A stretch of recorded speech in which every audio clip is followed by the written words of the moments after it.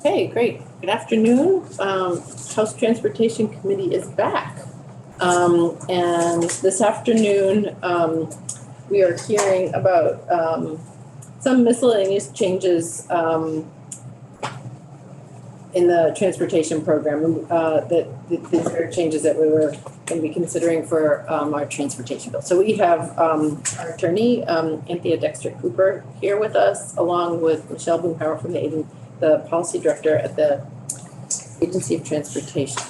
And I shortened Michelle's title by a lot, but so I think my understanding is that we'll start first with you, Anthea, and then Michelle wants to speak to some of this too. So take it away. Great. So for the record, Anthea Dexter Cooper from the Office of Legislative Counsel. I'm going to be quickly walking you through the changes from the last draft of the T-bill that you had, which was draft 1.5, and the next draft, which is draft 2.2. And it is posted on your committee page today under my name, and I think many of you probably already have hard copies of it. The changes are highlighted in yellow, and the disclaimer at the top saying that these are still the agencies of proposals. I'm just making sure that members who get paper, Jeannie, do we have paper copies? Packet, because there's several in there. So it's the only one posted under my name for today's date, and it'll be DR 23. Okay. Oh, yeah, you do have one.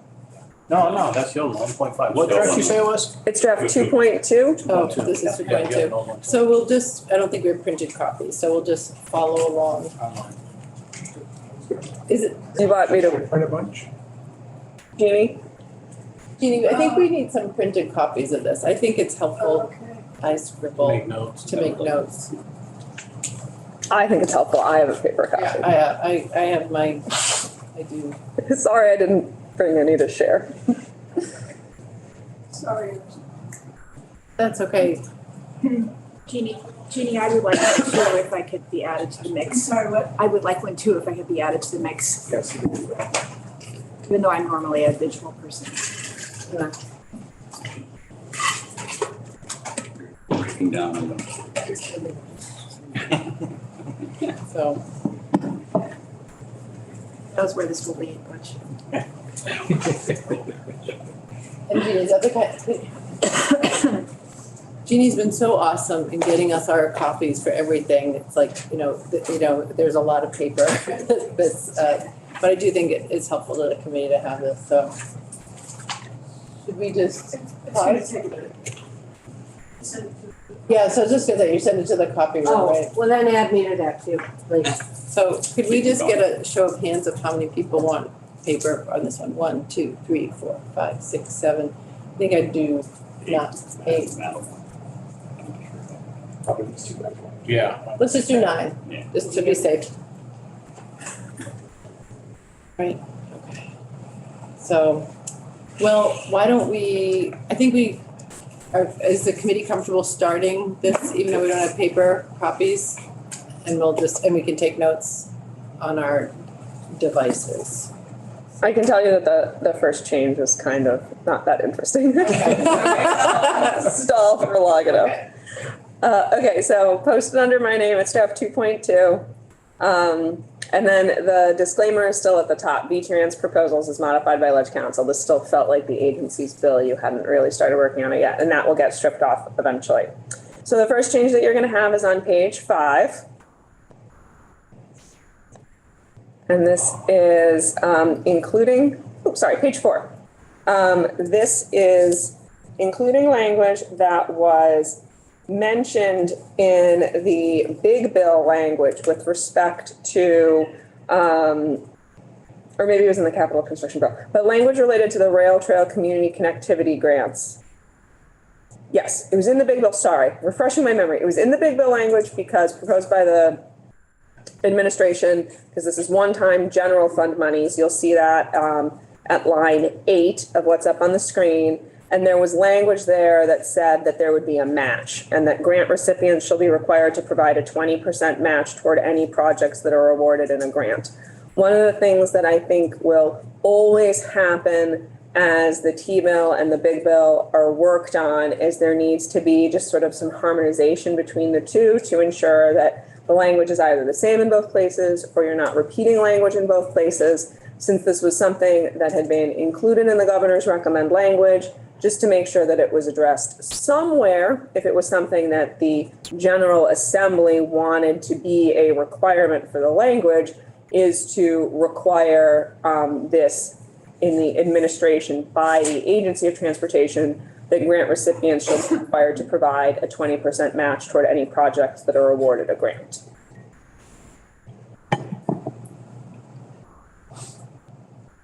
I'm sorry, Representative Molyneux. Saying that this is in the big bill or it's not? I'm saying it is in the governor's recommend for the big bill. Yeah.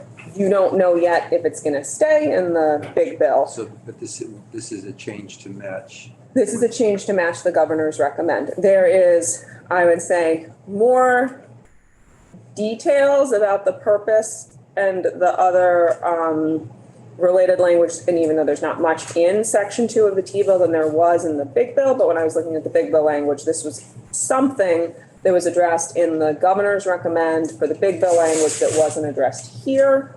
And in an effort to, one, draw the committee's attention to that factor, I know you're also going to be commenting on the big bill language eventually, but to keep it in one place. It could be that the language in the big bill is pared back. It could be that the language in the big bill is this language or an expanded on iteration of this language, and all that is in the T-bill is saying that the project, that the Lamoille Valley Rail Trail Community Connectivity Grants is added to the transportation program as like a project. But I think that that's something that you don't yet know enough about where that bill is going or where your bill is going to make a decision on that now. To give as an example, if you'll remember last year, this committee worked a lot on the electric vehicle supply equipment grant language, the $10 million that was for like multi-unit dwellings and for community attractions and other places. And you worked on that language, but then because it wasn't any transportation fund dollars, it was entirely pulled out of the T-bill and just plopped into the big bill. This is sort of making it so that if that needs to happen, it would be easier to do, to have things like together in one piece. Representative Couch, did you have a question too? No. Okay. The next change is the boring change. If you'll remember in your earlier draft, it said project cancellations and project additions, yet it was only adding one project. I made addition singular in 2 places. So that is this change. That was the boring change that I was going to use to try and stall while you waited for your copies. The next change is getting a little bit more interesting. This is on page 11. And this is starting to be changes to your vehicle incentive program. So to refresh the committee's memory and sort of bring everyone to the same place, you'll remember with this set of sections is the existing language in session law is all proposed to be repealed in section 8. And then in section 9, it would be codifying all of it, but it's codifying it, and this is the agency's proposal. The agency is proposing that it be codified with more flexibility for the agency in terms of implementing the different vehicle incentive programs and flexibility with respect to making changes along the way. One of the things that you saw in the last version of the T-bill, draft 1.5, and I'm going to do a spoiler on a change you're going to see in a little bit in draft 2.2, was that JTALK process where the agency could make changes provided that JTALK approved, but if JTALK didn't disapprove, then it was deemed to be approval and there needed to be time for JTALK to respond. That has been taken out of this draft, so the agency is no longer proposing that they have the ability to deviate from statute by just providing notice and explanation to JTALK and giving JTALK an opportunity to respond. However, the agency has made some small proposed tweaks that they think will give them some more flexibility so that they don't need to, for example, utilize something like that JTALK process. And the first of those is going to be on page 11. And it would say now that the incentives would provide not more than one incentive of not more than $3,000 for a plug-in electric vehicle. What the language in draft 1.5 said was that the agency would be providing incentives that were not more than one incentive of not more than, That's okay. No, it's, Michelle is joining too. It's okay.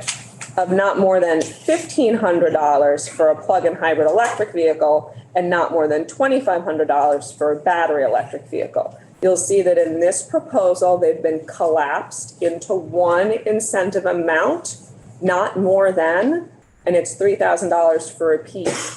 This would give the agency flexibility to still have a different incentive amount for a plug-in hybrid electric vehicle or a battery electric vehicle as a subset of plug-in hybrid electric vehicle. When you are thinking about the approach that exists under current law with higher incentives for battery electric vehicles and plug-in hybrid electric vehicles, the agency is still proposing in this language to keep the phase out of plug-in hybrid electric vehicles as technology allows that don't get at least 20 miles to a complete charge. And there's still the language, and this is right above, that talks about how there needs to be an emphasis on battery electric vehicles and plug-in hybrid electric vehicles with that range of 20 miles or greater.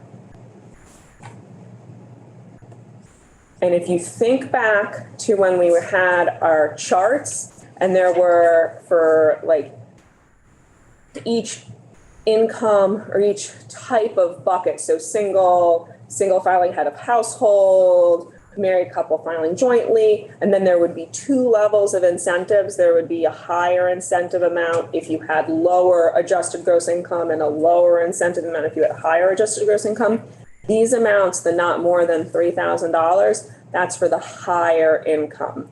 For the lower adjusted income, higher incentive amounts on page 12, you'll see a similar change. So this would now be not more than one incentive of not more than $6,000 for a PEV. In draft 1.5, this was not more than $3,000 for a PHEV and not more than $5,000 for a BEV. One of the things that I can do when you get your paper copies is say that again, because as you can see, I'm reading from my paper copy because I wrote it in on my paper copy, so I would know what the prior version was.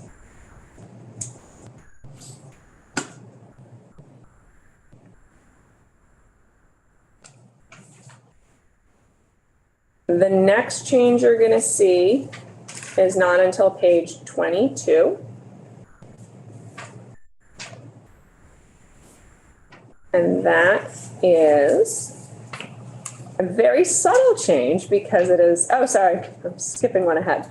For the Electrify Your Fleet incentive program, in the earlier version, draft 1.5, the agency was proposing that incentives would be available for plug-in electric vehicles, so cars, electric bicycles and electric cargo bicycles, and electric motorcycles. They're now proposing to also have incentives be available for electric snowmobiles, and those would have a base MSRP as determined by the Agency of Transportation and benchmarked to a base MSRP of the equivalent. That language is the same as you have in the other iterations of the benchmarking language, and it would be of approximately $20,000 or less in model year 2023. So companies and entities that would be able to get an incentive under the Electrify Your Fleet program would be able to use that incentive towards an electric snowmobile. The next change is the subtle one on page 23, and you'll see that the section number for annual reporting is highlighted. Annual reporting used to be section 2907 in draft 1.5. The reason why it's 2906 in this draft is because what was 2906 was that entire JTALK process with the agency letting JTALK know that it wanted to deviate from statute, and then JTALK having the 30 days to respond. That has been eliminated completely from this proposal from the Agency of Transportation. So that was It was section 2906. Okay, the whole thing is gone? Whole thing is gone. That's right. Old There's version. a whole lot of racing to do. So the whole, that brings us, okay, that was like span two. Yeah, so the annual reporting was 2907. It's now shifting a section. So it goes to that annual report, okay. Right. And then your next change is related to that. And that's because in your prior annual reporting section, the agency needed to report back on any changes that needed to be made to statute because of changes that had been made due to the JTALC process, not to be conflated with what you'll see up here, starting at line 3, which would be forward-looking modifications to statute. But because there's no longer the JTALC process, what was subdivision 3 has been struck out. And then your last change that the agency is proposing with the vehicle incentive programs is to delete what was section 10 of your bill. I will renumber all of this when you're closer to a final version, but this was going to be the amendments to codified law to make it so that JTALC had broader statutory authority than it currently does, because I don't think JTALC currently has the authority to do things like approve changes to incentive programs. It's more about how money is spent, project, budget. So I'm going to stop there because those are all of the changes related to the vehicle incentive programs that the agency has proposed. Okay, so the committee, we can direct questions to you or to Michelle, I mean, or is it time to do that if people have questions? Okay. Go ahead, Representative Dodge. Yeah, I was just curious about this, the thinking behind the snowmobile, just given that we've gone back and forth about whether we wanna incentivize pleasure vehicles versus not, so. So not a question for me. No, yeah, that's Okay, good. that's the question, sorry. Making it clear. So, Madam Chair, for the record, Michelle Boomhauer, Agency of Transportation. And yes, Representative Dodge, that's a great question. You'll note that snowmobiles are only within the electrify your fleet section of the bill. And so this is to get at organizations which use snowmobiles such as ski areas or, I don't know, there's a whole variety of them, who, you know, have significant emissions during the winter season when they're using these vehicles, and putting another tool in the toolbox for them to be able to reduce their entire emission profile. Other questions? I have a question about this section. So this is the money for this is not new money, right? This whole section, the fleet, electrify your fleet, it's coming out of replace your ride? I'm gonna ask my colleague who's in the room to I'll make- clarify this for you, if that's Just want to fine. make sure that I'm tracking. So that's actually the next set of Okay, so changes why don't we're we going to talk about. So why don't we wait till then? Yeah. Other questions, Representative Bartholomew? You're saying that it would not apply for recreation? No. Last year, I think those of you that were here will recall that we did contemplate a recreational snowmobile incentive, but the committee decided not to go in that direction. This is really entirely different in terms of just being about fleets. Your questions? Not seeing any. Okay. Oh, well, sorry, go ahead. Yeah, so I just had a quick question. Sorry if there is already language in there and I'm just not seeing it. Are we trying, so this is just a blanket, anybody that wants, that is a place of business or not just a private individual. So it could be a private company like a Stowe, or it could be, are there any instances where this is actually a public entity? You know, I guess Patrick might have the answer to that. I've seen his finger wagging. I don't know, state parks or? So, for the record, Patrick Murphy, Vermont Agency of Transportation. So it would allow municipalities to apply for public agencies, other tax exempt organizations. And that would be then able to be stacked with what's coming out now with the Inflation Reduction Act, which for the first time allows for tax exempt organizations to also take advantage of tax credits for something other than a lease, so through purchases. The whole idea behind the incentive is to help create that used vehicle market. And so the other items that could be incentivized through it, snowmobiles, e-bikes is one of those things, is really because there's a commercial purpose, we can be very clear about the greenhouse gas emissions reductions that we would see from that, because it's not necessarily kind of mixed between recreation and other purposes besides displacing whether it's vehicle miles or vehicle hours that would be on those particular vehicles. So that's the idea behind it, to keep it focused on greenhouse gas emissions reductions, and that would be taken $500,000 from the Replace Your Ride program and repurposed for two reasons. One, to sort of remain in keeping with the idea behind Replace Your Ride, which provides for other modes besides just vehicles, but also to be able to just create those greenhouse gas emissions reductions up front.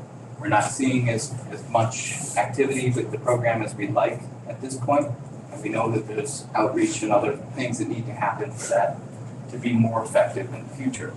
But this is a way to get more money out more quickly and be able to work away at our goals, which are critical and now instead of waiting until uptake might pick up. Sorry, just as a follow, so the 500,000, part of it is gonna go, like 100,000 was supposed to go to the e-bikes, and how much of no, this is not, I misunderstood. So it might help if we do the next section, and then maybe you can have more questions for the agency, but language that you included, or not you, let's start over. Language that you included in the Budget Adjustment Act in the House's version took from the prior authorization and appropriation for the Replace Your Ride program, $3 million. You were proposing in the Budget Adjustment Act going back in time and saying that of that $3 million, only $2.9 million is appropriated and authorized for Replace Your Ride, and an additional $100,000 would go to the e-bike incentive program. That language was included in the House's version of the Budget Adjustment Act. It was maintained in the Senate's version of the Budget Adjustment Act. However, the section numbers changed, which is why you'll see section numbers changing in sections 11, 12, and 13 on pages 24 and 25 of what Jeannie just passed out. This language that you see in sections 11, 12, and 13 would be building off of that. It's assuming that language is enacted. That's why there's this placeholder for BAA. We'll put in act number, whatever the act number for the Budget Adjustment Act is once it has an act number. And then it would be further reducing that $3 million by an additional $500,000. So the Budget Adjustment Act gets it to 2.9. And then the language that you see up on the screen and on page 24 would get it to 2.4 million. And that's the $500,000 that Patrick was just talking about. So you're basically going back in time by a year and changing the $3 million appropriation 2 additional times to make it a $2.4 million appropriation and authorization. And this language, the $500,000 that's then being available to be freed up for the Electrify Your Fleet program, that would not be effective until July 1, 2023. So it's just using money from a prior appropriation for a prior fiscal year going forward. And obviously the agency will need time to get the program up and running. But that's the two additional moving pieces that this language contemplates for that prior $3 million for the Replace Your Ride program. And the reason why you see it so many times is because it's in multiple bills and it's appropriated in different ways. And then it's, there's the bike piece that has to change and the Replace Your Ride piece that has to change. But that's sections 11, 12, and 13. The reason why on page 25, that $2.9 million is highlighted is just because it hadn't been properly struck out in your prior draft. So this is just fixing a drafting error. And then where you get the actual new authorization for the Electrify Your Fleet program is in section 14, and there are no proposed changes there. So 11, 12, and 13 free up the $500,000, 14 authorizes the $500,000. Yeah, that's good to get that clarification. And so for $500,000, it's a $2,500 purchase and incentive, right? Is that right? So don't do math in public, but I'm just trying, how many vehicles is that, right? Just like, honestly, I can't do math in public. So what does that yield us? It's all folded into like motorcycles and. Yeah, so it's not saying this amount goes to snowmobiles, this amount goes to electric cargo bikes, this amount goes to this. It's saying that it's $2,500. It's $2,500 like across the board. There's not an up to there. You might want to put an up to there if you maybe want to give the agency flexibility to change the amounts that are given. $2,500 for an electric bicycle is probably different than $2,500 for a battery electric cargo van.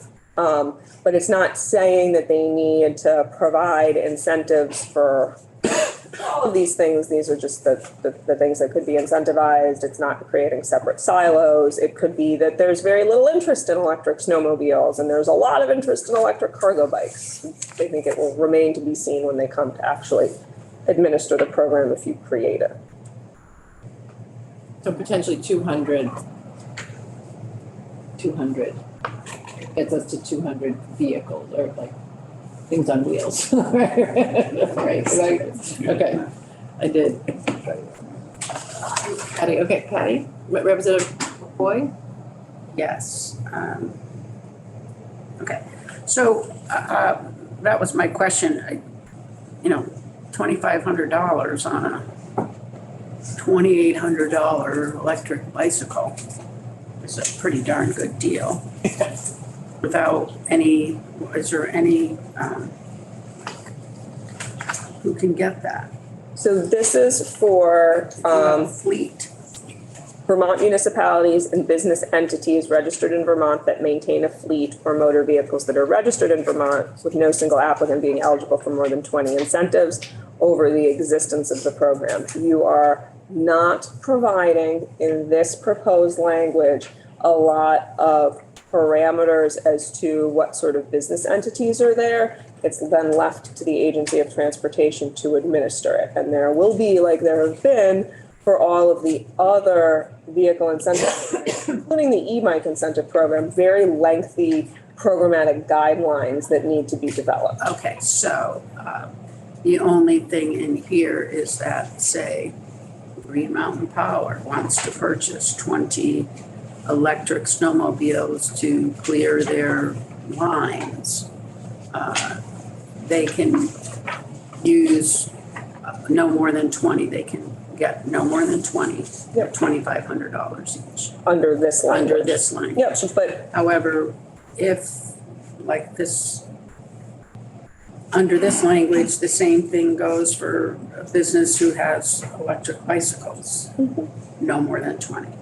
So we, in this language, could tweak that a bit You and certainly say, could well, tweak that for electric language. vehicles, we're only gonna, okay. yeah, you could Lessen say, the- you could say that if it's electric vehicles, it's not more than 5 incentives. For snowmobiles, it's not more than 7 incentives. And for bikes, it's not more than 25 incentives. And you Okay, could but make the bike we incentive also- smaller. You smaller, could, okay. yeah, I mean, you could also Okay. say up to. Okay. You could provide, up to $500 for e-bikes, up to $2,000 for cars, up to $3,000 for snowmobiles. Like, this is the agency's proposal. This is, I think, I don't want to speak for the agency, but because it's in the draft 2.2 of a bill that is going to see many, many, many drafts. So what if we set up to $500 for an electric bicycle? Could the agency decide in a policy like, well, we're only gonna go 200 per bike? Okay. But they couldn't choose to go to 700. 600, or, Yep. yeah, okay, thank you. Representative Bartholomew?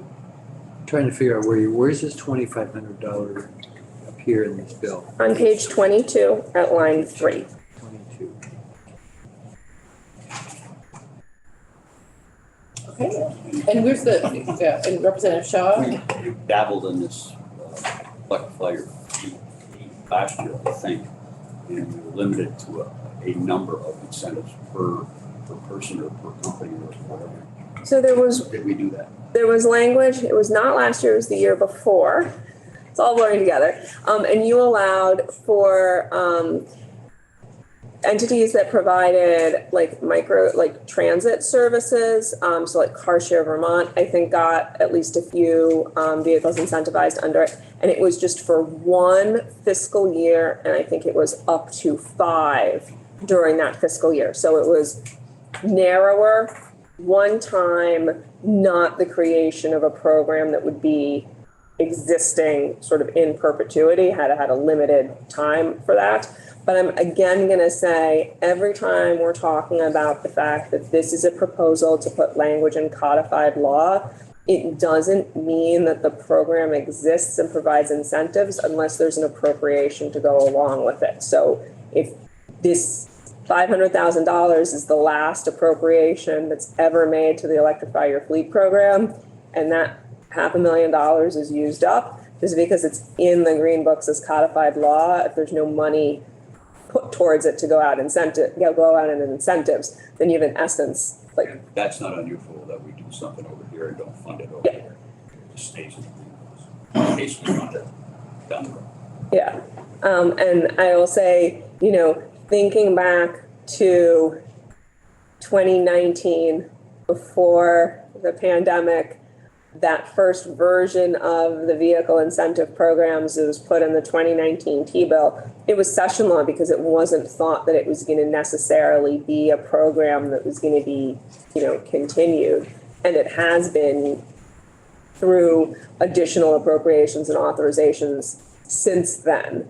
And now there is a proposal from the administration to codify it. I will continue to say, from a drafting perspective, it makes it much easier to know what is in law for the program if it's in codified law, because you don't need to go and look at like 7 different bills that have been amended over the years. And one of the things that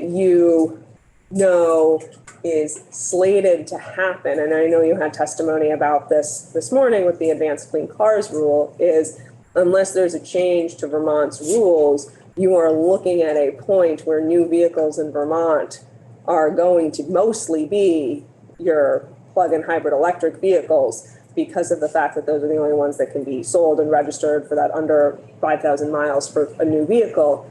It could be that these programs at some point in the future become less necessary because those are the only vehicles that people are buying new. And maybe that's when you have a shift to programs more like Mileage Smart, where you're incentivizing the purchase of used vehicles.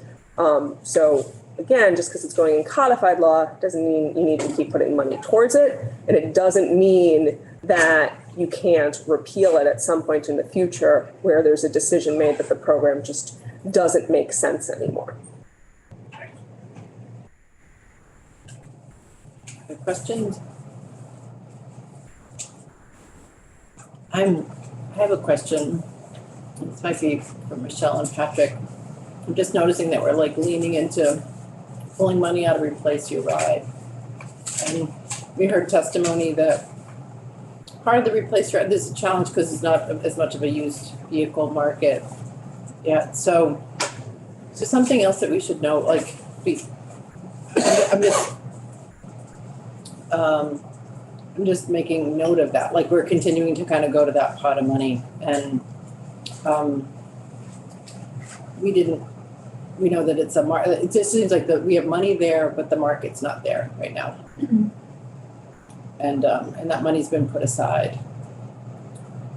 And I'm not saying right here, right now, that maybe, but there's a number of things pointing to, leading me to have some questions about having, because now we just brought it, if 2.4, I think, is what's gonna be left. And just how we think about when we put other money aside, we want the money that we appropriate to kind of get out to achieve our goals. Anyway, I'm just kind of putting that out to the committee, and I'm just wondering if you want to comment, or you or Michelle or Yeah. Patrick want to comment on that. I'd love to comment on that, and then maybe Patrick also would like to add to this, but recognizing that we have the money available now, we don't have the vehicles now.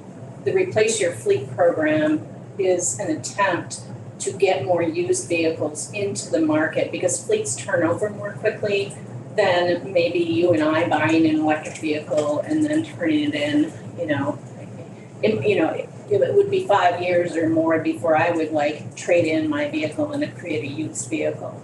So that this would potentially spur that market to be, increased over the period of time that we're in now versus waiting for more used electric vehicles to come online. But I'll also let Patrick chime in on that. Sure. So there's a couple of things.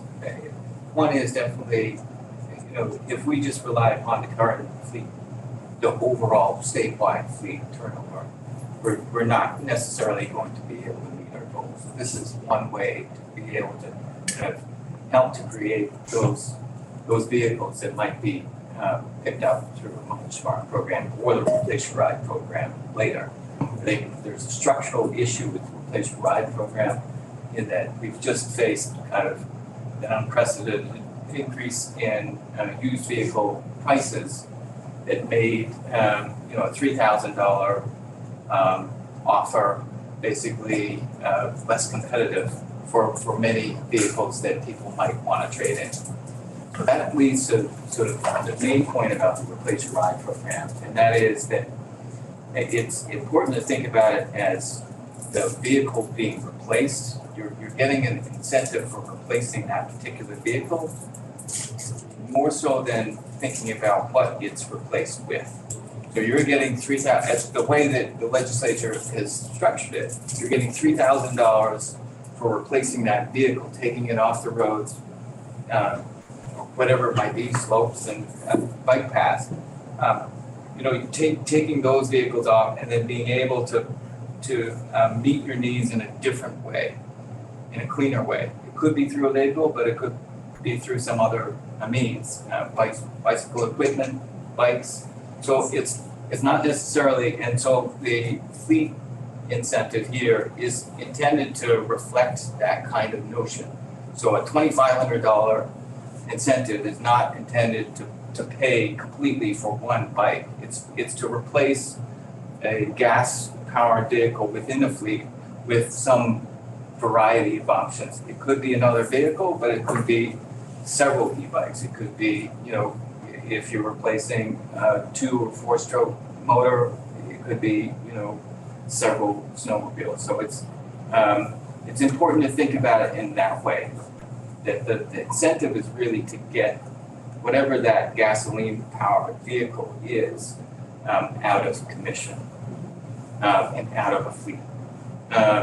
So I think, it's also, I would just clarify that the agency is only proposing to take this $500,000 out of the Replace Your Ride program. We haven't made any other proposal.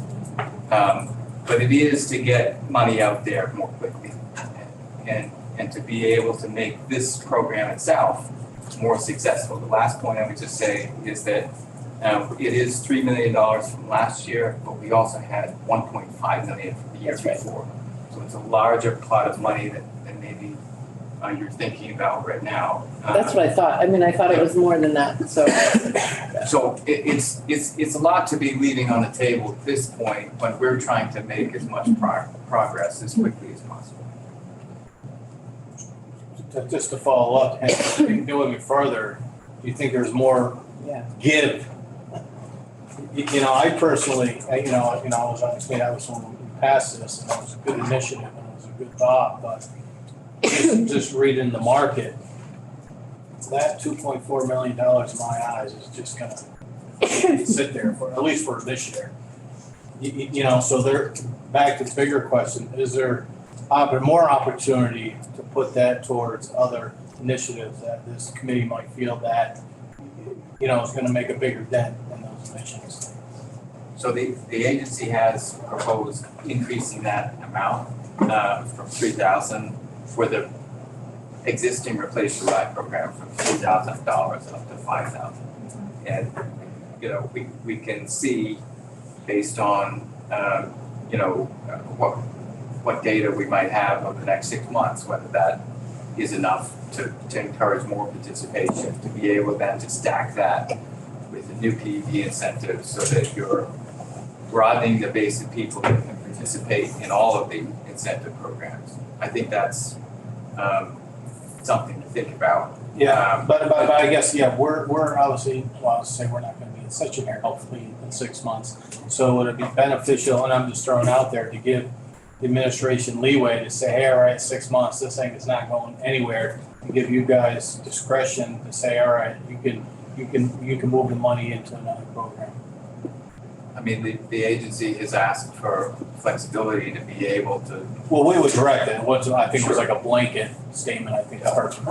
What's this? Yeah. We would say, hey, you can spend it here. Right. Yeah. Yeah, no, I mean. Yeah. More flexibility that we have with the guidelines around trying to maximize the amount of greenhouse gas emissions reductions that we can achieve from programs based on data that we're looking at in real time. Better up. The last thing I would just say is that a fleet incentive is one of those sort of outstanding items from the climate action plan that has not yet been enacted. Yes. I just want to add two things to what Patrick said. First, I'm going to go backwards, but on the Replace Your Ride program, in addition to the agency's proposal to increase the incentive amount, they're also proposing to add in an incentive, and I want to say it's $2,500 for the higher income tier, which is not currently eligible for an incentive under the Replace Your Ride program. And then Patrick was talking about sort of the focus of the Electrify Your Fleet program. And while there's not as prescriptive language proposed by the agency as there is for the Replace Your Ride program, where it's specifying the sort of vehicle that needs to exist and it needs to have passed inspection and be this number of years old in order to be replaceable, the program structure language for the Electrify Your Fleet program, and this is on page 21, subsection D, lines 15 to 19. The Electrify Your Fleet program shall structure purchase and lease incentive payments to replace internal combustion engine vehicles cycled out of a motor vehicle fleet and reduce the greenhouse gas emissions of persons operating a motor vehicle fleet in Vermont specifically. And then it goes on to that provide incentives language, but it's structuring it at the beginning where maybe it's called Electrify Your Fleet, not Replace Your Fleet, but there is a directive to the agency in structuring the program that it should be phasing out internal combustion engine vehicles, which is exactly what Patrick said. I'm just pointing you to the language that says what Patrick says. Well said. Yeah, no, I was just throwing that idea out there. We might want to do it on Michelle might have a comment on it. Madam Chair, I would just point out that, 6 months from July 1st, more or less, we'll be back here with you. and we will have, performance information to share with you. And so, through the Budget Adjustment Act, there would be the opportunity to make adjustments in those fiscal investments based on how things are performing. You're throwing me down 6 months, we're gonna be back here. Thanks for that. Sounds like a. Oh my God. your worst Thanksgiving family reunion ever. So I'm just curious about, you know, you know, in the big picture of like setting up more superchargers, you know, fast charging stations versus, you know, doing these things, like whether we can have a sense of where that should be headed, you know, if there's any, you know, any other program that I know we're working within. Is our discussion, I guess my question is our discussion limited to these incentive programs? Because that's as far as, you know, that's where the kind of, you know, I would have set the apple cart less is if we're only talking about within incentive programs for electrification, money around, or can we be talking about, you know, what about setting up more EV chargers or giving more EV chargers to multi-unit dwellings, or? I think I think if I'm understanding you, I think for the purposes now, we're hearing what the agency is proposing in terms of changes, but absolutely we can look at other things, but. Yeah, and I think I would just note that right now, we are doing more than 10 times the amount of investment in EV charging than we are doing in these incentive programs through the $10 million plus program that Agency of Commerce is running, through the money that state funds that were brought together for last year, which is another $2 million from general fund. And then we have how many millions, Patrick, from the feds now? Yeah, the big point is that it's the sources of funding. So Right. we're talking about state general funds. We have an enormous amount of federal funds through the NEVI program, the National Electric Vehicle Infrastructure Program, which is $21 million over the next 5 years. We have the ability to use some carbon reduction funds, which is 32 plus million over 5 years. So there are other sources that we can draw from for those particular activities. And we do have to do things in parallel, but I think from the agency's perspective, we're trying to work within the existing funding sources that are geared towards incentive programs. So we can't use federal funding for incentive programs. And that's where I think the focus is kind of working within what you already have appropriated to just be more effective with those state dollars. Sure, Representative. Representative Dodge. So is your question all around, we expand this program for fleet, how are they going to charge? Or? I mean, it's connected to that. I guess I'm just sort of wondering, you know, whether there's a funding reason for taking it from replacement line, if we're trying to replace, you know, gas guzzling fleets with electric, you know, does it have to come from this pot that's also trying to get that same point, you know, that same goal? Well, from my personal experience, what I've seen is fleet programs. You've seen them at the state level and some at the private level, and now at car dealerships, at a ski area per se, they will put in their own charging stations to fuel these things. And the same with, I'm not so sure about cargo bikes, but other, like motorcycles will clearly put in because they're going to need a high rate charger to turn that vehicle around so it can go right back to work. So they would, in most areas, have the infrastructure in place to put the charging stations in. So that's something I hadn't thought about who would use them, but yeah, they would be a great candidate for electric snowmobiles. Some of the ski areas have 20, 30, 40 snowmobiles, so yeah.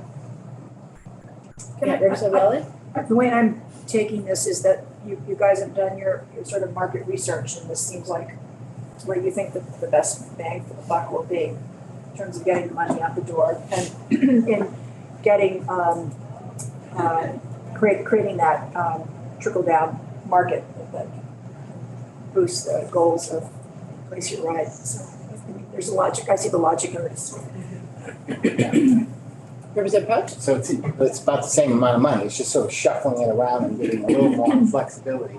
And I think it's a good point that hey, in 6 months, we'll be able to say, how's it going? Yeah. We don't expect all the money will disappear, we don't think. We certainly will see which buckets it's falling into and try to explain why this bucket's doing really well and this bucket isn't. And, hopefully it's because the program's working and not that there's, an incentive that's unfair and it's being taken advantage of, not necessarily for the program goals.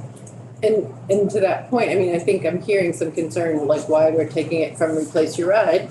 But that doesn't mean that we can't put more money into Replace Your Ride when the market is at the best time. I think, when we have these state dollars, when we're parking them over there and when they could be used to achieve our goals, I mean, I think that's what we're hearing. We heard that from Paul, who was here, Paul Zabriskie, who came in and gave testimony that the market is not quite there yet with Replace Your Ride. We're hearing that also from Patrick. I mean, that, because I shared your concerns about like, are we taking the money from this program that's supposed to really benefit a different cross-section of people who might not be able to get an EV, but what we're hearing is that market's not there. So I want to put a pin in it because I don't want to see us just taking all the money out of that and then leaving that program empty. That's my personal feeling, but others, Representative McCoy? So, to Michelle's point, I think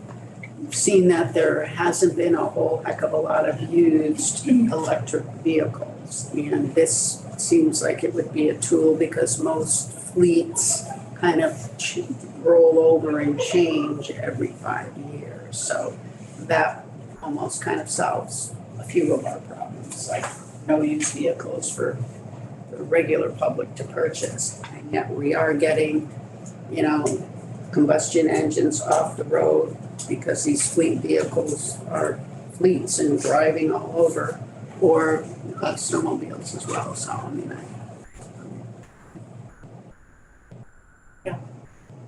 I'm just curious, is there data about and maybe this is impossible, about where those fleets are, whether it's, do you have a sense of, the UPS, I'm just thinking of the businesses that have fleets. Do you do? Yeah, and Patrick, I don't know how much research we've done, but we know like there's Vital Services, which is like a medical pharmacy delivery company that goes all over Vermont every day in northern Vermont, in New Hampshire and New York. And I don't know, Patrick, what other fleets we've talked to. There aren't a lot of very large fleets here in Vermont, but there's definitely, when you look at municipalities, there are plenty of different fleets for different purposes. And like the electric motorcycles was included because there might be some application there for law enforcement. So there's municipalities, there's some of the larger organizations that we talked about earlier today, hospitals, universities have larger fleets. I think UVM has a fleet of maybe 260, 270 vehicles. So there are definitely organizations that can take advantage of this. Shared mobility, it was referenced earlier, Car Share Vermont has a fleet of about 25 or so vehicles, with many of them already electrified through that earlier round of funding, but that helps bring electric vehicle technology to those who might not be able to afford to own a car. So there are different ways of being able to make this technology more accessible. And then there's rental fleets, just your average rental fleets that you might come across. Okay. What I'm getting at is is that enough? Is it enough? Because it's only not just the fleets, but is the incentive that you're proposing, is it enough? Yeah. That's the $1 million question, right? Okay. So it's designed to work in conjunction with the Inflation Reduction Act, which also then provides up to $7,500 for clean commercial vehicles, or the incremental cost of a vehicle, whichever is less, or 30% of the vehicle. So whatever the lesser of those three are, it would work to provide up to $10,000 off the price of the vehicle. And we've included in the language, the allowance for a vehicle with an MSRP of up to 60,000, and that was to reflect the, you know, that you might have public works trucks. Right. That could be electrified through, you know, Ford Lightning or some of the newer models, the Ram and the Silverado. So, we wanted to make it as flexible as possible and to use, just a small pot of funding out of that Replace Your Ride program to see how it works, to see where the interest is and whether we can in fact generate, more used vehicles over time that could be taken advantage of through the Mileage Smart program or the Replace Your Ride program. And then you'll be back in 6 months, right? So a couple other questions is Representative Burke. Yeah, I just want to say that I'm in favor of this. I was very involved in the early stages of the Replace Your Ride, and I think it's just a great program, a really visionary program. But if it's sort of stalled right now, then let's use the money in ways that will accomplish the same goals and can adjust it. You know, I was in favor of taking the 100,000 out of the, you know, out of it for the bikes, because we know that those bikes were going out the door very fast. So how do we use that, but we can reevaluate it next year and see, oh, well, maybe nothing's happening with this fleet, and maybe there's some other use that we can put the money to. So I don't feel like it's taking anything away. I think it's using the same, you know, the same goals are being accomplished, or will be accomplished, we hope. Great. This is good discussion. Go ahead. This makes me want to get a snowmobile. Yeah, I'm looking You'll up have to get- prices, I'm like, what's the range? You'll have to get a fleet of 80 to 110 miles, like that's not bad for just. Who is this, the woman who comes in, Cindy Locke? What? Electric snowmobile, that could be our team. There's a great- do is go out. Okay. Wait now, sorry. Bass comes in, the person from Bass is Cindy Locke, she has an electric snowmobile. And she's just great. I'm talking about, you know, because we had a lot of conversations with them about their mill value, because they are, anyway, so it's I recall they're pretty hard to buy those, or just in Canada. Tigers, Yeah. They they're were about 15 grand. Yeah. Okay, she's Yeah. looking it up. That's all? All right. That's cheap, That's really cheap. This was good. This was a good discussion, and I know that we have.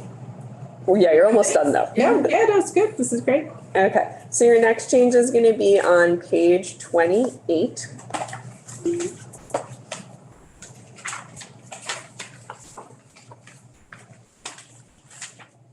Just a date change. So this is for the mileage-based user fee report.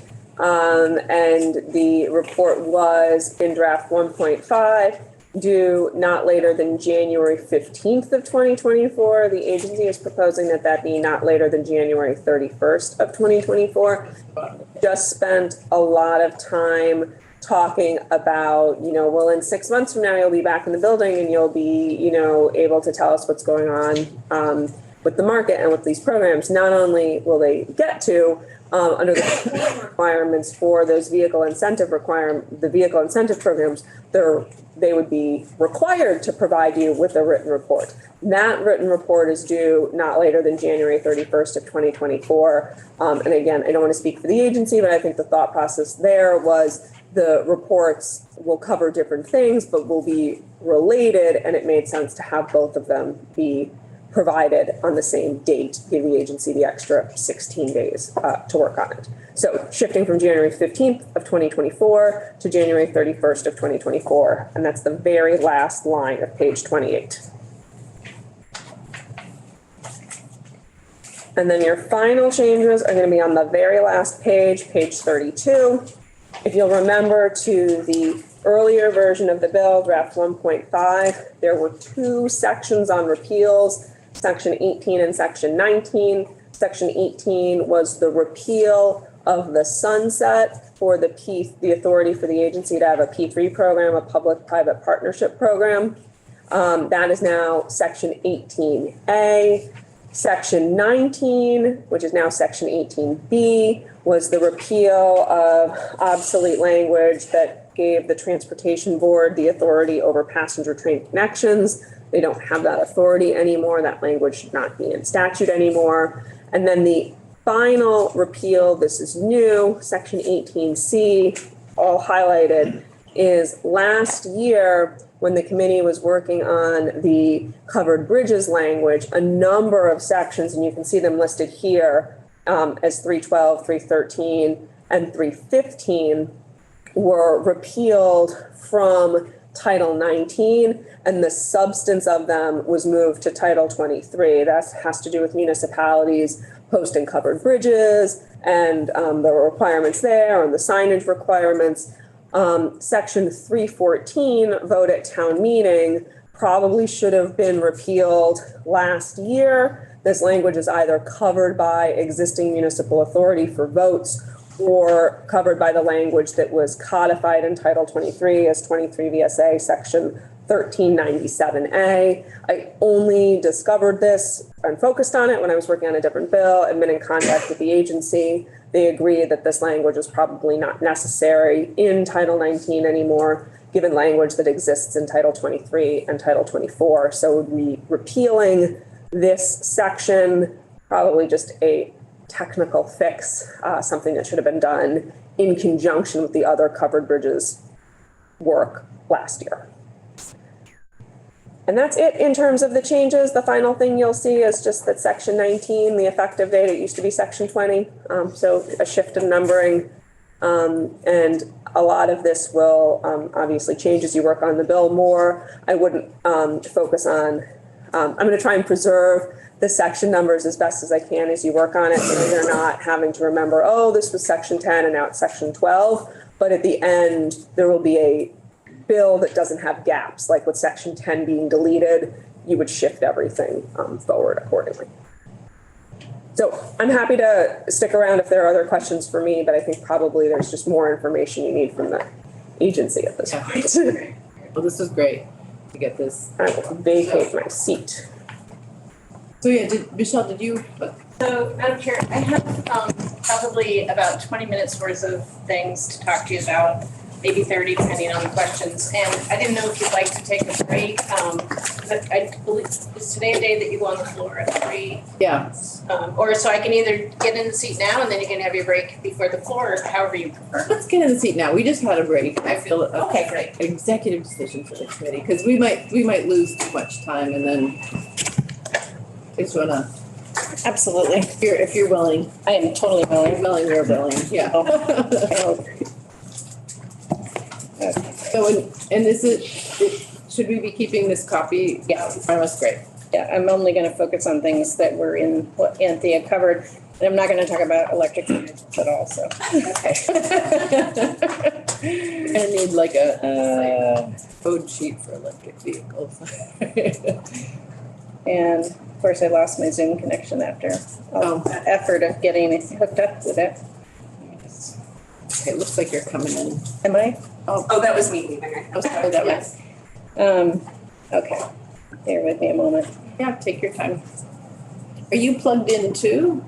I am not, because Okay. I don't have a dongle. Yeah, okay. So, I'm just gonna join the Zoom meeting. Great.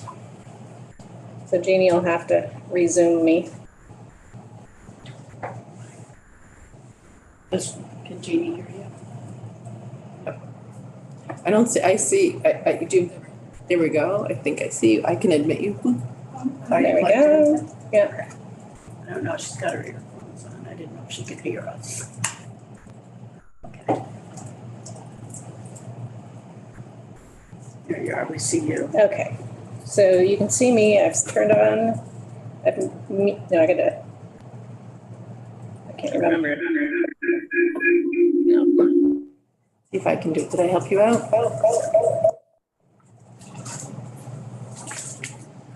Okay, I've muted myself and I have my speaker turned off. I think that's good. I think And you can see me, so I think we're good to I go. think our mics are still on. We're good. Okay, excellent, You know, you look just like the girl on the screen too. thank you. So, a few things I wanted to follow up on that there were questions about before.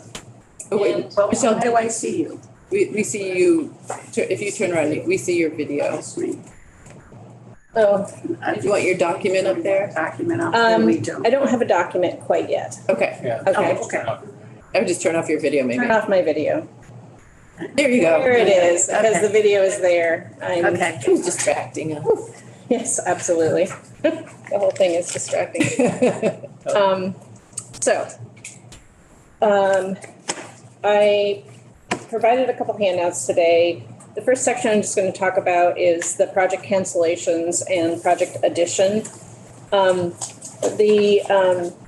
And I'll start with the Bennington bypass, because it's the top of the agenda. And I know that there had been some questions about the bypass, how it came to be removed from the program, and how we were going to move forward on that. So Jesse Devlin, who you know from our team, provided me background information related to the cancellation of the Bennington bypass. And I'm just going to read what he shared with me because I think it's the easiest way to comprehend this. So the status, and this was on January 30th, was that the Bennington bypass number NHF019-1 was a roadway construction project to construct the southern segment of a roadway intended to bypass the town of Bennington. The project advanced through the conceptual design phase with a preferred alignment and completed the NEPA environmental policy review. The project acquired half of the necessary properties to construct, and subsequently the project was put on indefinite hold due to the extensive environmental impacts of the proposed work and due to the fact that much of the purpose of the overall project had been met with the construction of the northern bypass project. So in 2020, VTrans worked with the Federal Highway Administration to close and final voucher the project. Oh, and this is where I have a handout for you. It's on your it's in your file on the website, and there's a handout for those that have handouts. Just a communication between the agency and Federal Highway about closing out the project. In terms of outreach, Jesse reports that no formal documents or correspondence were found in his files describing the plan to place this project on hold.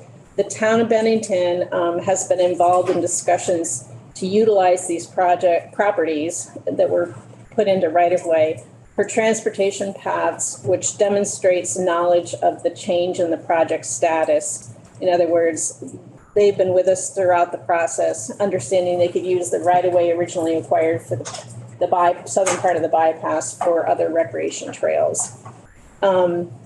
Jesse reported that he had an informal discussion with Representative Corcoran last session regarding this approach, and has also had informal discussions with Mark Anders of the Regional Planning Commission, and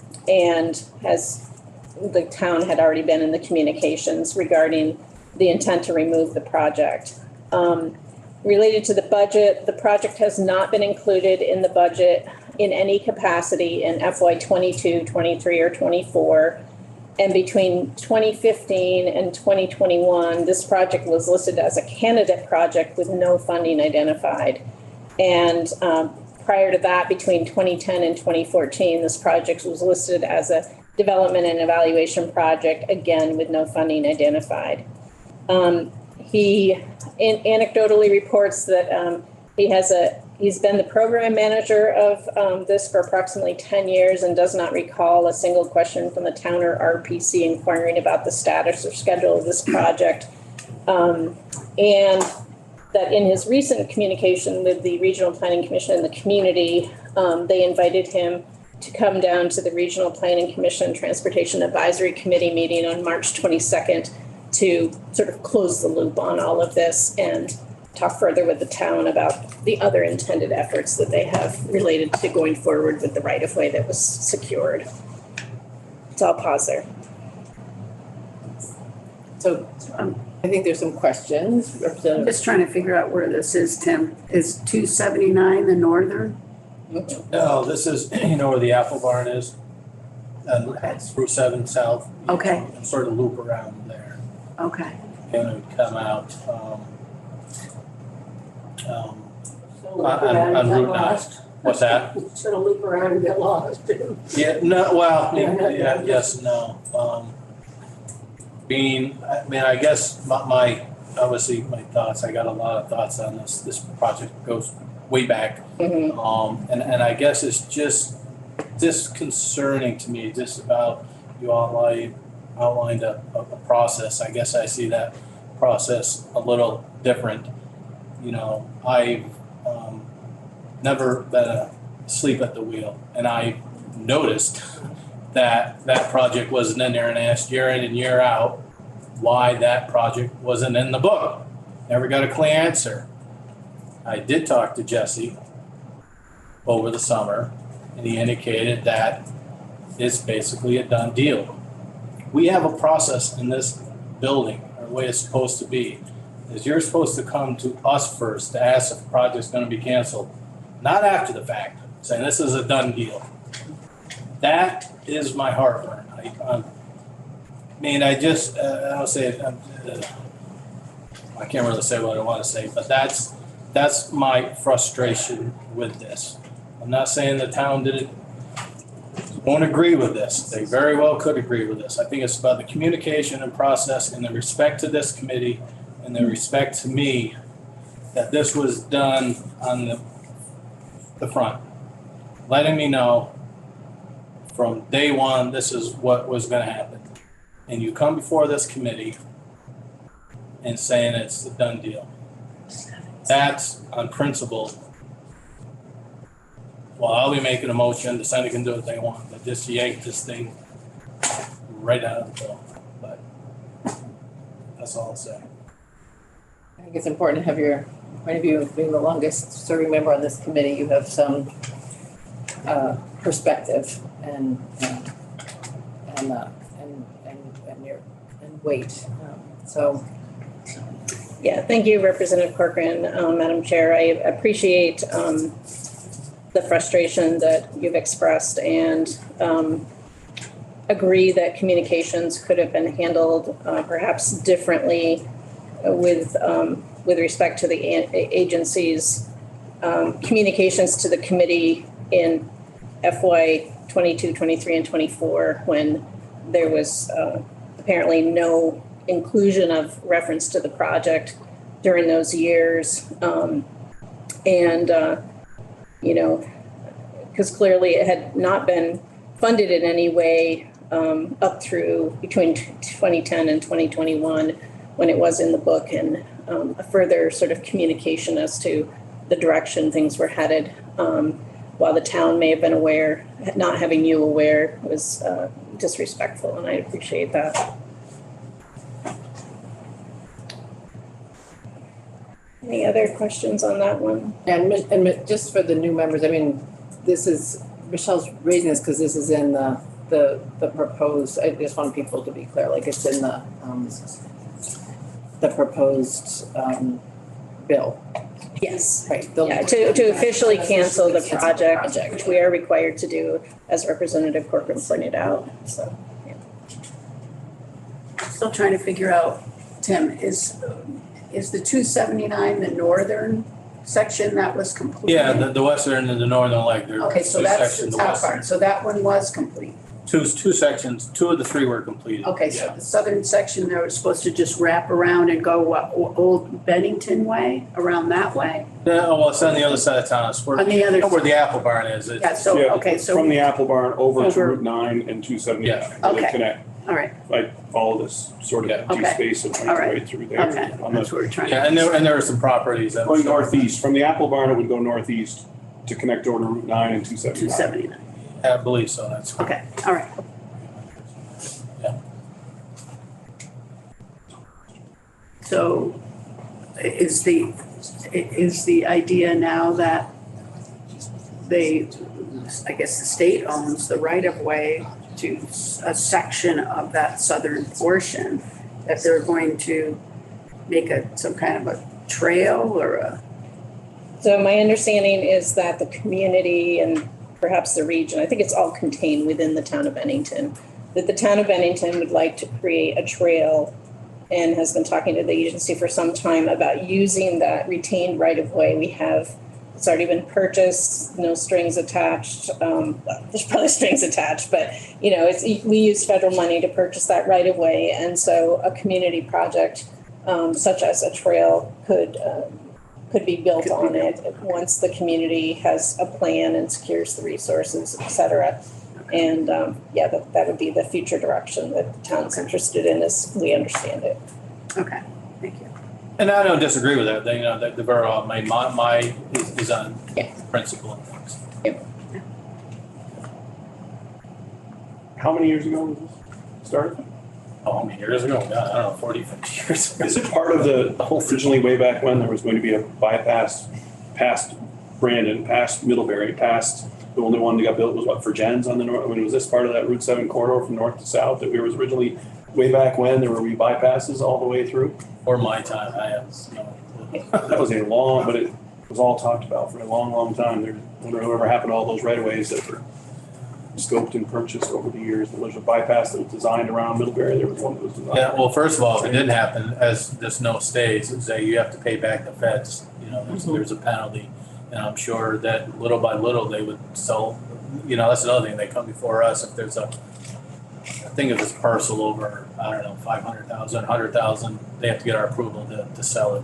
They have done that in the last 3 or 4 years, particularly in rail. I think there's been some property in rail, but no, I don't know the history that far back.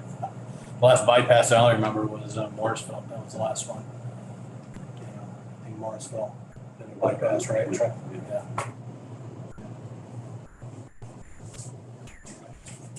Well, I'm appreciating getting the full committee gets to hear the fuller story so that we have the full context. So, thank you.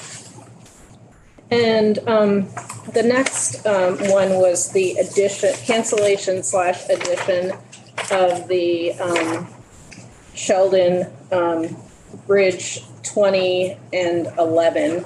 And I also included a paper in your packet on your website, and for those of you that have a handout, which is a letter from the town of Shelburne dated February 6th of this year to Kevin Marshy, basically indicating that the town of Sheldon Select Board at its January 16th meeting voted in favor of supporting an adjustment in priority for the general highway bridge program, and that the select board supports prioritizing Bridge 11 on Bridge Street over the previously identified Bridge 20 on Bouchard Road.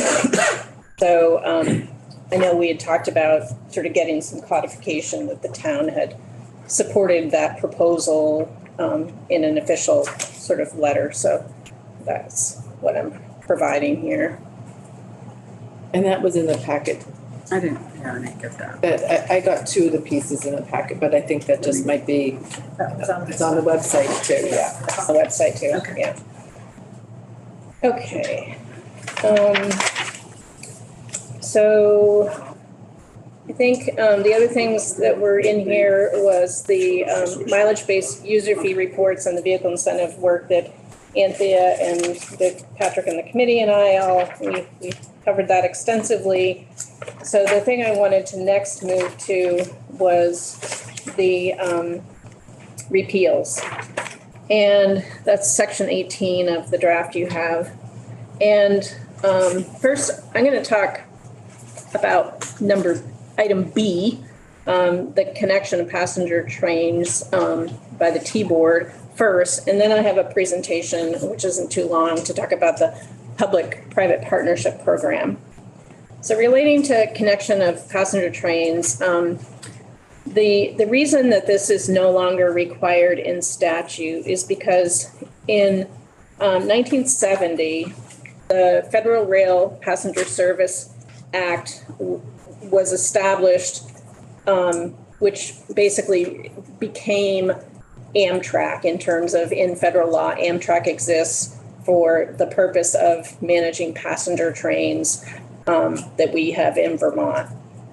And then following that, in 1995, the Interstate Commerce Commission Termination Act, ICCTA, contains express preemption language. You've heard about the term preemption and railroads repeatedly since we started meeting back in January. So in 1995, that basically preempted states from managing activities related to rail services.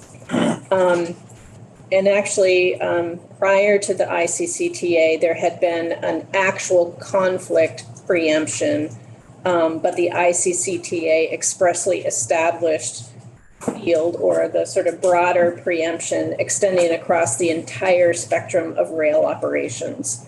So while this language had existed, and at one point in time, the T-Board was in charge of the connection of passenger trains in Vermont, the 1995 and just prior to that, federal actions preempted the state from having those controls any longer. So that's where we identified this as an item that could come out of statute. And I did have a communication, I think I know I printed out here, with John Zacconi of the Transportation Board. We had some back and forth emails, and perhaps I failed to print that in here, but he basically discussed it with his legal counsel and his board chair and was in concurrence that this language was no longer needed and could be struck from statute. And certainly he indicated he'd be available to speak to the committee if the committee so desired.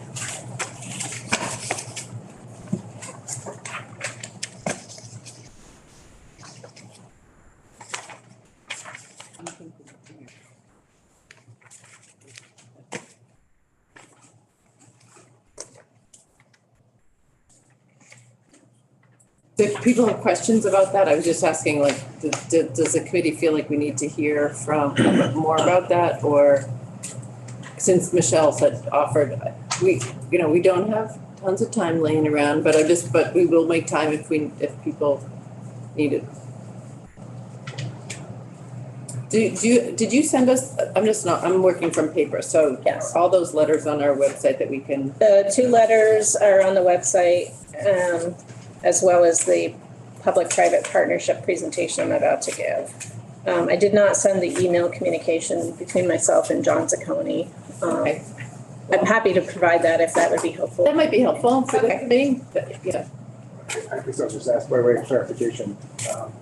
So you said that this section of statute is no longer necessary, but actually it sounds like if we're preempted, if the state's preempted from having any input on rail services of any kind, including how rail services in Vermont connect with other services elsewhere, not only is it not necessary, it's sort of illegal, I guess, or. Well, I think there's a little bit of a clarification. It's really about rail operations versus rail connecting to other rail services. So we do have influence on connections to other rail services, i.e. we're going to be working with Amtrak and the province of Quebec and our partners to the south to extend the Amtrak service to Montreal. And we extended the Ethan Allen service to Burlington. So we have the ability to work on those types of projects, but we can't tell a railroad how they go about operating their trains, when they switch them, where they switch them, how they switch them, that sort of thing. But as far as connections, timing, so schedules. So we have some input there. We have some input on the Amtrak schedule. I think this, I don't know, I'm going to look to the legal person in the room. Anthea, do you have any better way to describe how this particular item operationalizes? I don't know if I can speak to the how it operationalizes. What I can say is that there is a lot of language in statute that is probably preempted because it's not like when there is a change in federal law that a wand is magically waved and it plucks everything out of statute that should no longer be there anymore. When I say, and I'll say it every time we talk about rail, you always need to be cautious with what you're trying to do to regulate rail because it's preempted. That's the ICCTA from 1995, the Interstate Commerce Connectivity Transportation Act.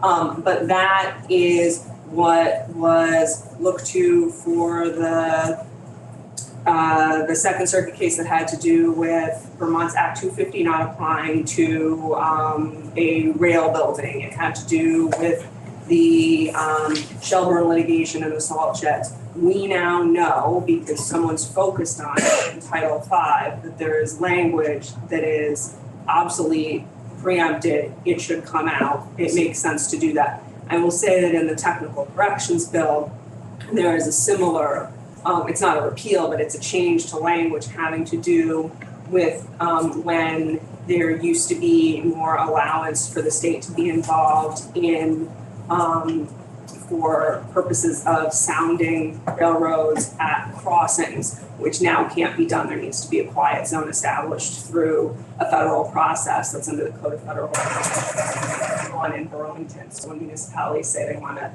have it be quieter at the crossings, that's not something that the state itself can do. I think from a keeping statute like tidy perspective, it makes a lot of sense to repeal something that you know because the agency is telling you, the transportation board is telling you, this isn't law that is applicable anymore. It's preempted. It's an opportunity to make statute, what someone might be reading, better aligned with what the state actually has the authority to do. That's thank you. But we still haven't put in connectivity or connections. But that's through another, sort of more, less formal process. Yeah, through formal processes, yeah. Thanks. Okay. This is a good conversation to have in advance of some of the testimony that we'll be hearing tomorrow. Yes, exactly. We're having a lot of rail and Amtrak folks in. But we're preempting everything. Yeah. So if Jeannie could give me permission to share my screen. I have permission. Where am I? Oh, there it is. Share screen. Thank you, Jeannie. I'm just going to jump into my public-private partnership presentation. Look at that. There it is. And walk you through what this is all about. So folks may be familiar with public-private partnerships. Basically, it's a contractual agreement between a public agency and a private entity that allows for greater private participation in the delivery of transportation projects. So this typically, this participation involves the private sector taking an additional project risk that the state would otherwise have to take, such as design, construction, finance, long-term operations, or traffic revenues. When you think about tolling, that's an example of a P3, public-private partnership. Another example is a few years ago, the state of Pennsylvania put out a package of 1,200 bridges that they wanted replaced, and an entity bid on replacing and maintaining those bridges over a 20-year period. And the commission, the private entity was given a set amount of money for that period of time, and all the risk is on them now to maintain and deliver those bridges back in a certain manner. So just a couple of examples. So like I said, they can be any number of contracting arrangements, such as bundling of services.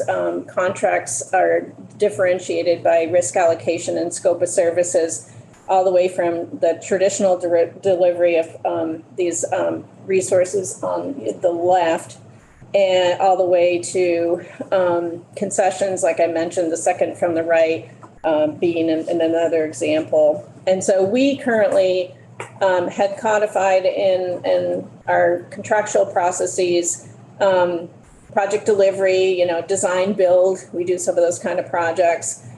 We haven't done any design build finance yet. We specifically were looking at P3s at the time in relation to potential projects that would relate to some of the newer areas we were getting involved with, electric vehicle charging stations, et cetera. So, you go through a process, and we have very in-depth guidance documents that we developed in terms of how we would identify a potential P3 activity. We're not the only state that has language on the books. Ours is described in this 2020 Department of Transportation graphic as being limited enabling statute compared to some other states that either have none or broader enabling statutes. This slide describes where in statute the original enabling language came about, which was back in 2018. And it established a 5-year pilot program, which is set to expire on July 1st, 2023. And that we had identified this mechanism as a potential tool for basically bringing in new kinds of contracting, not only for the EV program, EV infrastructure program, but also as it relates to things like a rest area that might be operated off the interstate, that might be coordinated with the state to build and develop, and an operator might operate it for the state or something along those lines. And so, as I mentioned, another tool in the toolbox. I also talked about this. So some other examples of public-private partnerships we already undertake outside of this program are railroad operating agreements with private railroads in what's called the three-way program. And we've used this a number of times. It's a really small budget activity where the state might put in $100,000, the railroad might put in $100,000, and the shipper, who maybe wants to build a transload facility or something like that, would put in $100,000, and collectively, this project would enable a new transport location to come online for a shipper.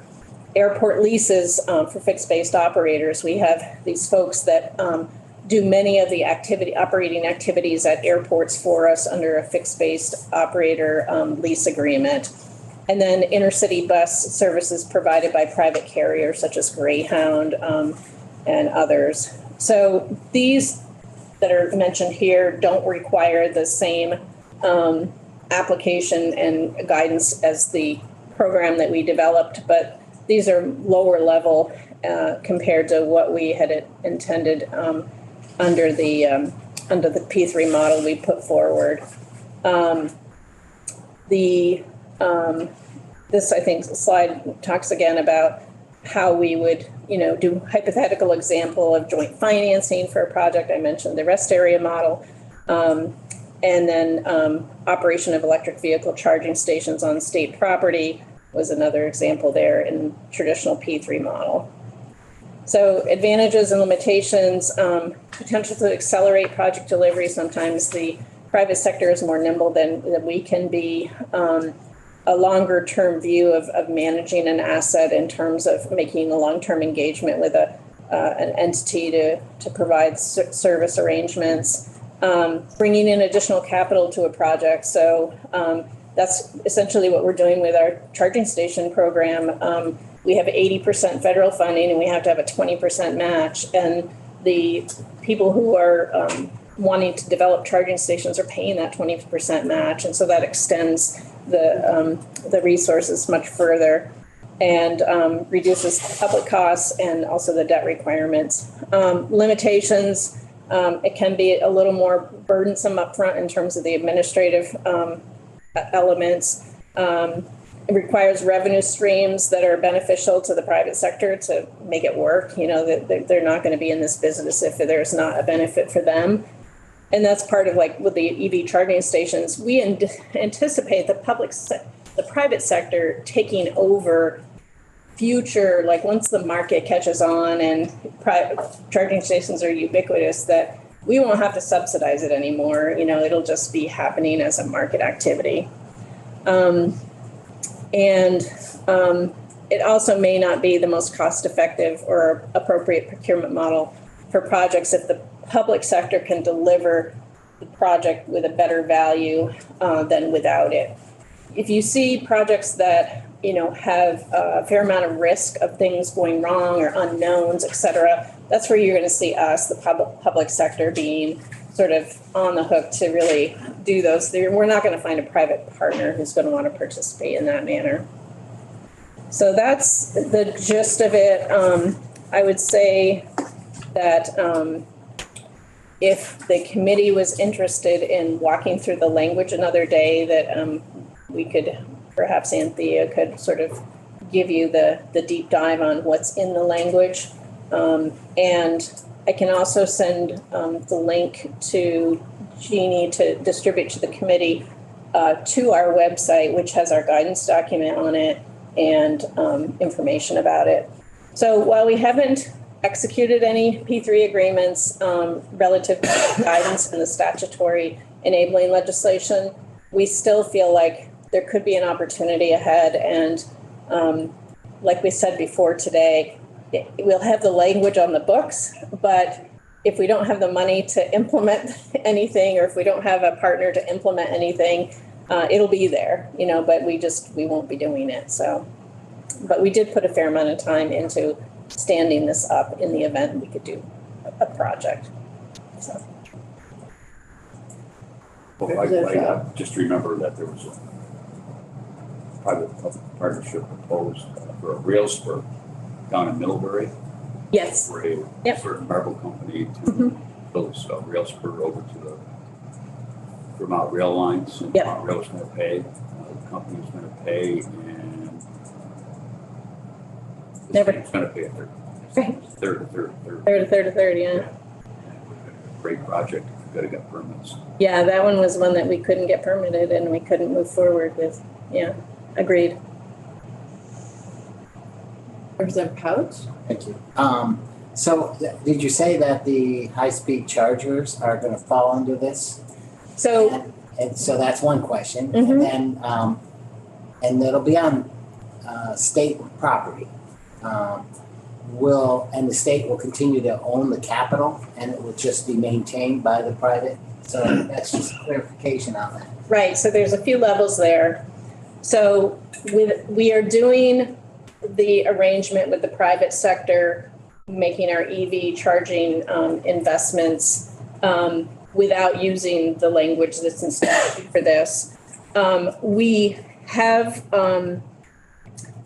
arranged, I believe, I don't know if Patrick, do we have any cases where any of those are on state property at this point?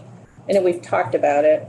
Not yet, but we don't know necessarily the sites ahead of time. We're just identifying general locations. So, you know, the National Electric Vehicle Infrastructure Program is highly specific about its recommendations or its requirements. And we've applied for an exception in the past. And that was 3 miles off the state corridor, the designated alternative fuel corridor, and we were not granted that because they won't go above a 2.7 mile radius. But the point is that there may be a time when we can identify a private partner to host that particular set of EV chargers. And so in that case, we may have to explore using public property, state property, to be able to deploy that fund. Yeah, and I think the only other thing about that is we are not making any arrangements whereby we own the charging equipment. That is sort of the risk, and there's a duration that the company has to keep those charging stations up and functional under receiving the grants, and they basically take the maintenance responsibilities. Just a follow-up, and on that program, I may have asked this before, there's no set rate or restrictions on what the rate will be for these chargers? So there is no, it's somewhat like gas stations in that they can charge what they can charge. However, in prior grant rounds that has been managed by the Department of Housing and Community Development, we have asked respondents to tell us up front, what are you going to charge for, on a per kilowatt basis, and it has to be clearly displayed, and there are all those kinds of requirements. Well, what are you going to charge? And to make any changes to that, they would have to come back to the interagency work group. So we don't have any regulatory authority, but through the use, the control of funds, we can be a little bit more selective and hopefully with more interest in building out a network across the country, the competition will be able to drive those costs down for folks who are traveling on the interstates and state highway network. I think we had a couple other questions too. Representative McCoy? So did we have, did we have charging stations at rest stops? No, yes and no. Okay. So on the interstate, we've never had charging stations because it's not allowed under federal law. Okay. On the state park and ride system, we did have some level 1, which is just, plug into the, yeah. And then some level 2s, which are like stay for 4 hours and charge your vehicle. We realized not too far into that, a couple of years into that first of all, the level 1, which would be the ideal because you're leaving your car there for 8 hours and you just plug it in, didn't work because people are nefariously using the level 1s to camp and to do other things. And so we have discontinued the level 1 charging at park and rides. The level 2, most people are not necessarily leaving their car there for 4 hours. They're leaving it there for 8 hours or whatever. And so you're tying up the resource unnecessarily. And it's also a place where a person's not going to want to dwell for 4 hours to get a charge. And so we really have moved, with the help of the funding you've given us and the federal funding, into focusing our efforts on the highway network on fast charging only. And so that's where we are now. Okay, so when you say the highway network, you're saying like you get off at like exit 3 and there happens to be a gas station there and you're going to do a public-private partnership with Mobile because they have a gas station and they're going to hook up 6 charging stations, fast charging stations. Okay. Yeah. Right, Or that's it could good. be on Route 100, like Hannaford's or Right. Shaw's or whatever, Right. a Okay. grocery store. All right. Okay, thank you. Representative Campbell? Yeah, my question is, there isn't time to answer this question, but I guess I want to have a little bit more clarity about, you said we don't have any P3s, but yet we have kind of P3s, so we'll talk about this more later. Yeah, we don't have P3s as envisioned in the more complex program that we've developed related to that legislation. We do have these P3s that we're able to do through the grant programs and the 3-way program, which was already authorized previously, and contractual engagements that we have authorized previously. So this was just a higher level of a P3 that we could utilize in the event. We had a private developer who wanted to put in, a new section of highway or an interchange or something like that. And it wasn't in our priority list, and they were willing to make a significant investment, and there would be some public benefit perhaps to this interchange. I'll just use that example, whereby we would. It's just a matter of scale, really. Yeah, it's really scale, yeah. That helps, thank you. Kate? Yes, I just was wondering, the EV charging stations that you would see, like we have one at our library in Shelburne, for example. Would that be a level 2? Oftentimes those are level 2s, and those are what we would consider to be community charging stations that the Agency of Commerce and Community Development is deploying. They're not, it's a place where people would be dwelling in a community setting where they might, spend some time and be able to get a significant charge. They're not like taking a trip and they need a fast charge, and so they would be outside of the highway network project. Well, great. Thank you. Thank you so much, Michelle. We got to cover a lot of ground this afternoon. So thank you, Anthea and Patrick, for being in here with us. So with that, I think we will wrap up our afternoon and we can end our live stream. What do people like